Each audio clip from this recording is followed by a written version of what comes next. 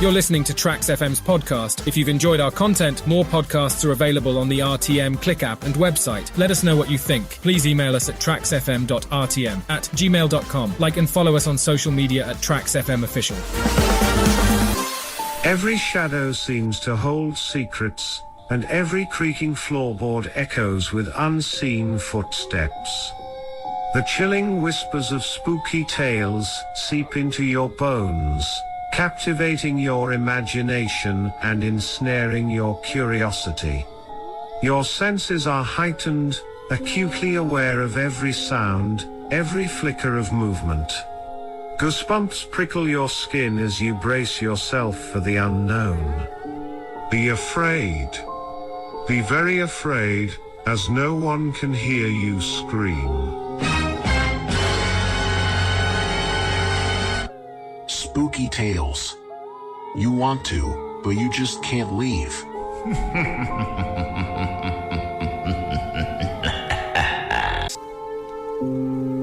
Good.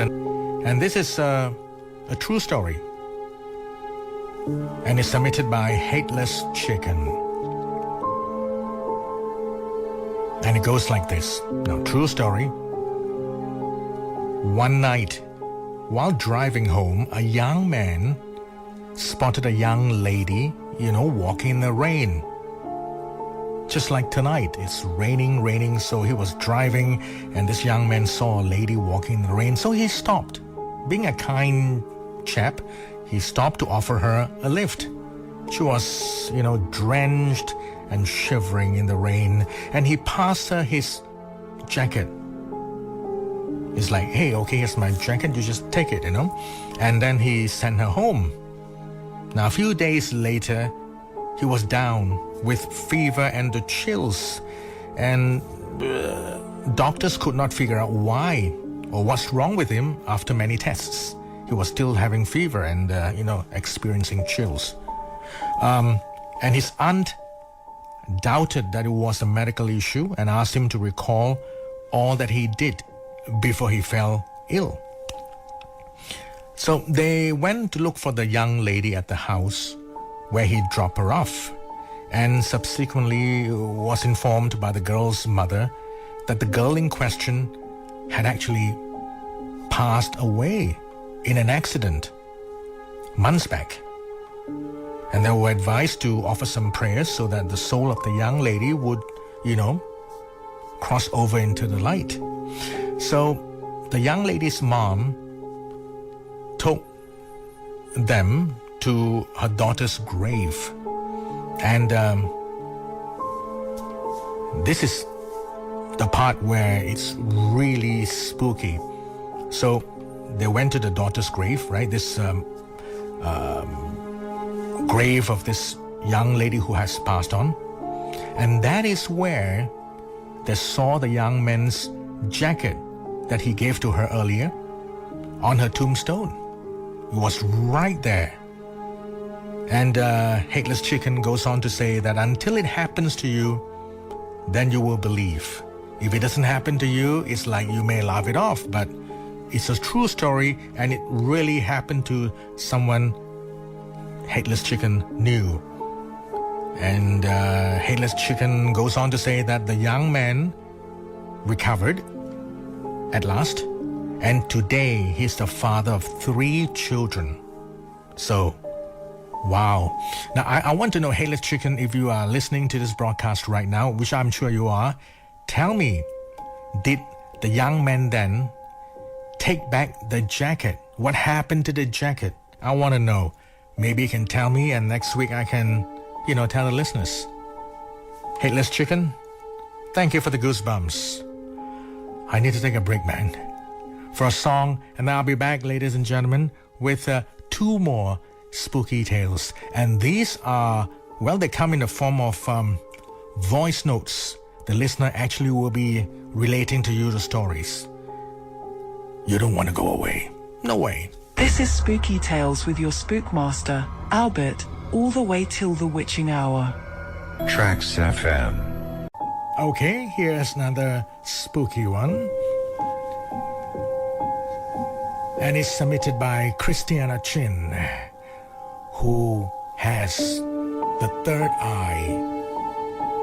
She can see things, she can feel things.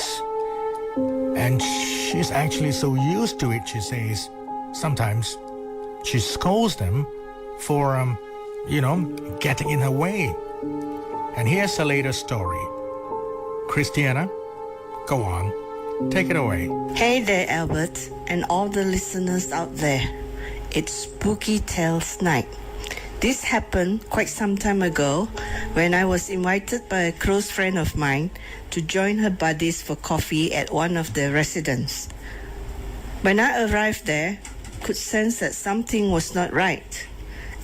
Everyone was asked to be seated at the TV room while coffee and homemade cheesecakes were to be served. I was feeling very uncomfortable because I felt like somebody was watching me. Suddenly, I smelled Dettol. Then I asked those ladies whether any one of them had smelled the same too. All of them answered a flat no to me. Then the owner of the house recalled saying that the younger sister had a heart attack and passed away at her house a week ago. The TV room was suddenly emptied, where all the rest rushed off to the garage, except me still seated there, glaring at the blurry feature of a short-haired lady. After a while, I walked off to the garage and joined them and told them what I saw. It was actually her. She came back on the 7th day. Well, that's it. Good night, Albert, and everyone, sleep tight. Thank you very much for that spooky tale. Spooky Tales. And our next contribution, the last story for today, comes from Gunnison. Okay, Gunnison, go on. Give us the chills. We're ready. Good day to you, Albert, or rather good evening.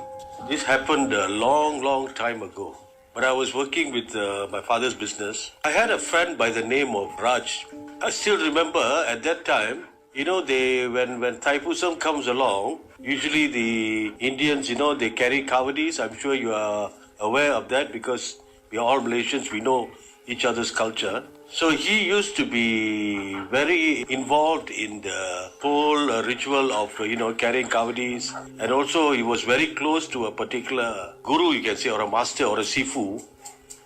So what happened was, there was this one particular day, we actually have a group of friends, about 5 to 6 of us, you see. And there was one of our friends who had an issue in his home. He had he says he came to us and he was telling us that they are having bad dreams every day, almost every day. And dreams, they always see like blood, gory, horrible dreams, nightmares, and they couldn't get enough sleep.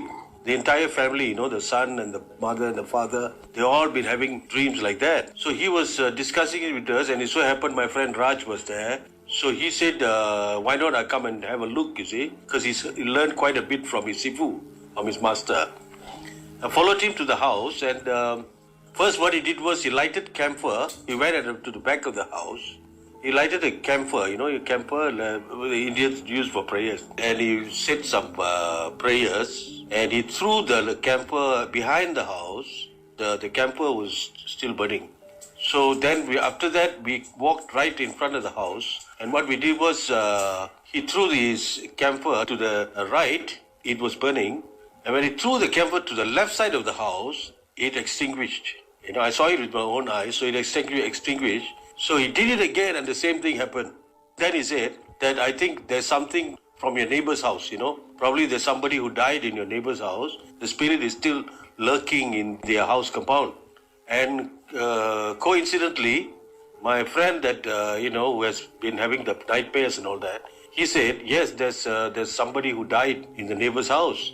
He didn't know the details actually that much, but he said there's somebody who died in the neighbor's house. Then my friend Raj, he said, yeah, most likely the spirit is still around and it's not in peace. So it's disturbing, others. You have to tell them, or you have to, tell to the family that they have to get rid of it, you see. Otherwise, it's going to be a disturbance. My friend Raj, who's doing the ritual, he said, okay, I'll just cut up some lemon and stuff, 4 pieces. And he said some prayers and all that. Then he threw all over the house.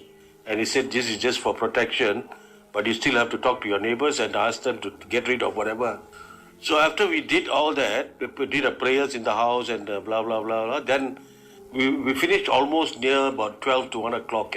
Then the area there is very quiet. It's a very quiet place. So after that, both of us were walking home, see. So I live in a different area from my friend Raj. So we came to a junction where we parted. And I said, okay, I'll see you tomorrow. And I walked on. And he went over to his house, you see.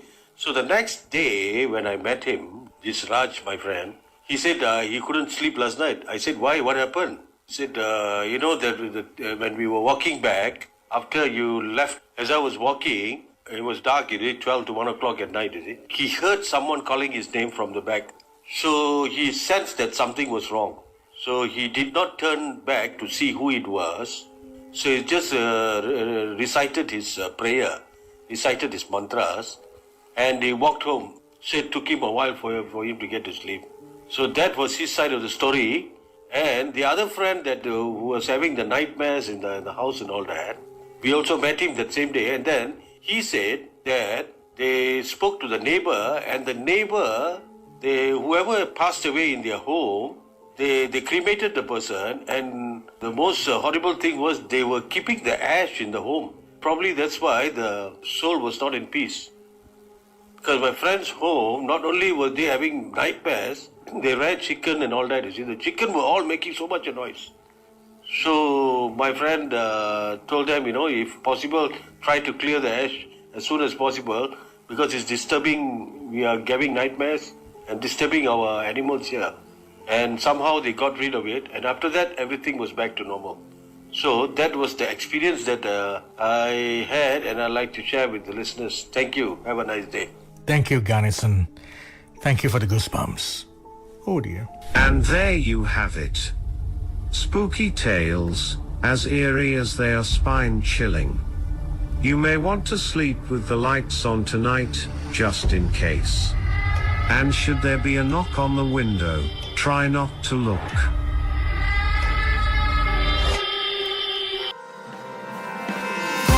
You're listening to TRAXXfm's podcast. If you've enjoyed our content, more podcasts are available on the RTM Click app and website. Let us know what you think. Please email us at traxxfm.rtm@gmail.com. Like and follow us on social media at TRAXXfm Official.